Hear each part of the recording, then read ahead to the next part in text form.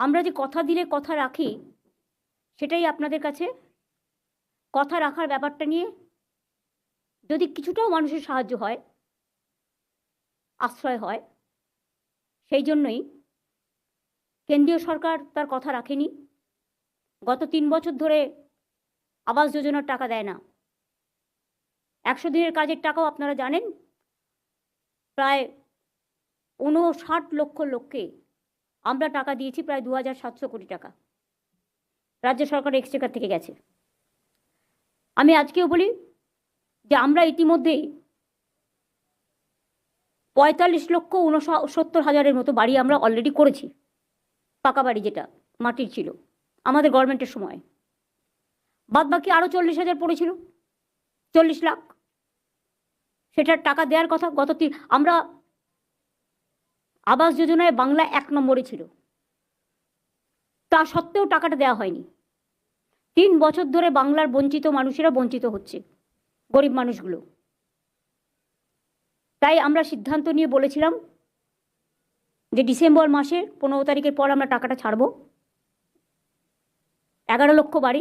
কিন্তু তারপরেও আপনারা জানেন কিছু ঝড় জল, সাইক্লোন, দানা এসব হয়ে গেছে, তাই তাদেরটাও আমরা এতে ইনক্লুড করেছি। করার ফলে ১২ লক্ষ বাড়ি হয়েছে। আজকে একটা ঐতিহাসিক দিন, এবং রাজ্য সরকার তার সীমিত ক্ষমতা সত্ত্বেও নিজের টাকা থেকে সম্পূর্ণ নিজস্ব টাকায় বাংলার বাড়ি গ্রামীণ প্রকল্পে রাজ্যের ২১টি জেলার ১২ লক্ষ যোগ্য পরিবারকে বাড়ি তৈরির জন্য প্রথম কিস্তির ৬০,০০০ টাকা করে তুলে দেবে। আজকে টাকা সরাসরি তাদের ব্যাংক ও পোস্ট অ্যাকাউন্টে চলে যাবে, যেতে শুরু করেছে। এখান থেকেও কয়েকজনের হাতে আমি অনুমোদনপত্র তুলে দেবো। আমি তাদের সকলকে আমাদের অভিনন্দন জানাই। ৬০,০০০ করে দুবার ১,২০,০০০ টাকা করে দেওয়া হবে। তার জন্য আমাদের খরচা পড়বে ১৪,৭৭৩ কোটি টাকা। বাংলার বাড়ি প্রকল্পের একটাই উদ্দেশ্য, গরিব মানুষকে আশ্রয় দেওয়া। আমরা মনে রাখবেন, বেনিফিশিয়ারি সঠিকভাবে বাছার জন্য রাজ্য জুড়ে আমরা আবার সার্ভে করেছি। ১১ লক্ষ সার্ভে আগে করা ছিল, প্রায় ৩৬ লক্ষ সার্ভে করা ছিল কেন্দ্রীয় সরকারের। তা সত্ত্বেও আমরা ১১ লক্ষ বাড়ি, যেটা প্রথম লিস্টে ছিল, তাদেরটা আবার সার্ভে করেছি। এবং ২৭,০০০-এরও বেশি টিম ৩৫ লক্ষ লোকের বাড়িতে গেছে। ডিএম, এসপি, এসডিও, বিডিও, আইসি, ওসি সবার নজরদারিতে স্বচ্ছভাবে তালিকা প্রস্তুত করা হয়েছে এবং ড্রাফট লিস্ট পাবলিশ করে ক্লেমস এবং অবজেকশন যদি কিছু থাকে সেটা দেখা হয়েছে। এটা দেখতে গিয়ে আমরা দেখেছি ২৮ লক্ষের বেশি যোগ্য বেনিফিশিয়ারি আমরা আইডেন্টিফাই করতে পেরেছি। এদের মধ্যে থেকে আমরা ১২ লক্ষকে আজকের মধ্যে দিয়ে দিচ্ছি, এবং কেন্দ্রীয় সরকার তো এতদিন দেয়নি। আমরা প্রায় ২৪,০০০ কোটি টাকা পাই এ পারপাসে। তা সত্ত্বেও যখন দেয়নি, তখন আমরা আমাদের যা আছে মোটা ভাত মোটা কাপড় নিয়েই আমরা মানুষ, কিন্তু আমরা ভিক্ষে চাই না, আমাদের ন্যায্য অধিকার চাই। এটা মানুষের অধিকার। আমরা যেমন সার্ভে করেছি, তেমনি সরাসরি মুখ্যমন্ত্রী পোর্টালেও অনেকে অ্যাপ্লাই করেছে। সেটাও আমরা সার্ভের মধ্যে ঢুকিয়ে সেটাও আমরা সার্ভে করে যোগ্য পরিবারকে বেছে নিয়েছি, যার জন্য ১১ লক্ষ টাকা বেড়ে ১২ লক্ষ হয়েছে।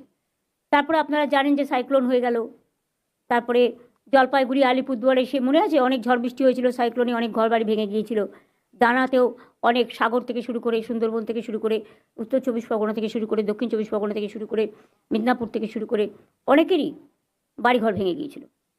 তাদের সকলকে নিয়ে আমরা দীর্ঘদিন ধরে চেষ্টা করে টাকা জোগাড় করে, যেহেতু আমি বলেছিলাম দেব, তাই আমরা এটা দিচ্ছি। এই বছরে মনে রাখবেন, ৩ বছরে ৬৯টা টিম পাঠিয়েছিল কেন্দ্রীয় সরকার।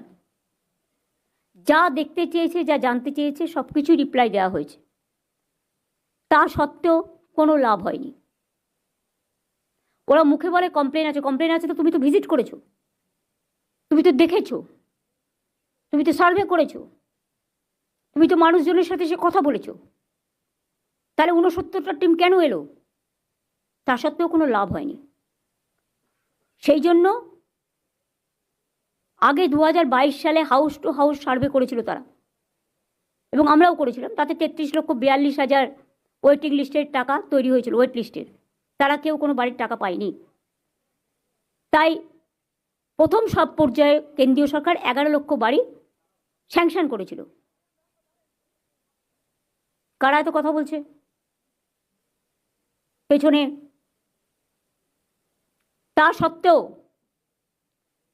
সেই টাকা দেয়নি, ওবিসি স্কলারশিপের টাকা দেয়নি, ঐক্যশ্রীর টাকা পায়নি, 100 দিনের কাজের টাকা পায়নি, গ্রামীণ মানুষের যে রাস্তা, সেই রাস্তা তৈরির টাকা পায়নি, সব বন্ধ। কিন্তু তা সত্ত্বেও আমরা থেমে নেই। পথশ্রী প্রকল্পের মাধ্যমে আমরা গ্রামীণ রাস্তা করেছি, আবার যখন সুযোগ হবে করব। আমরা 100 দিনের কাজের বদলে কর্মশ্রী প্রকল্প চালু করেছি, যেখানে যারা 100 দিনের কাজ করতো, সংসার চালাতো, তারা যাতে 50 দিনের কাজ পায়। যখন 100 দিনেরও কাজ ছিল চালু, তখনও 30-40 দিনের বেশি হতো না। এখন আমরা বলেছি 50 দিন তো সে পাবেই, এবং তার বেশি হলেও কোনো আপত্তি নেই। এটা নিয়ে আমরা কনভার্জেন্স করেছি। এবং এছাড়াও ঐক্যশ্রী, মেধাশ্রী, সেই স্কলারশিপগুলো আমরা দিচ্ছি। এখনো পর্যন্ত কেন্দ্রীয় সরকারের কাছ থেকে আমরা এগুলো সব বাবদ 1,71,000 কোটি টাকা পাই। আমাদেরই টাকা তুলে নিয়ে যাচ্ছে এখন, একটাই ট্যাক্স আপনারা জানেন, আর সব কিছুতেই শেষ বসাচ্ছে। শেষ বসালে টাকাটা রাজ্য সরকার পায় না। জিএসটি এখন একটাই ট্যাক্স, আমাদের টাকাটা তুলে নিয়ে যাচ্ছে, কিন্তু আমাদের প্রাপ্যটা দিচ্ছে না। আমি 42 জনকে এখানে ডেকে নিয়ে এসেছি অ্যাজ এ সিম্বলিক, যাদের হাতে অনুমোদনপত্র তুলে দেবো প্রোগ্রামটা সূচনা করে।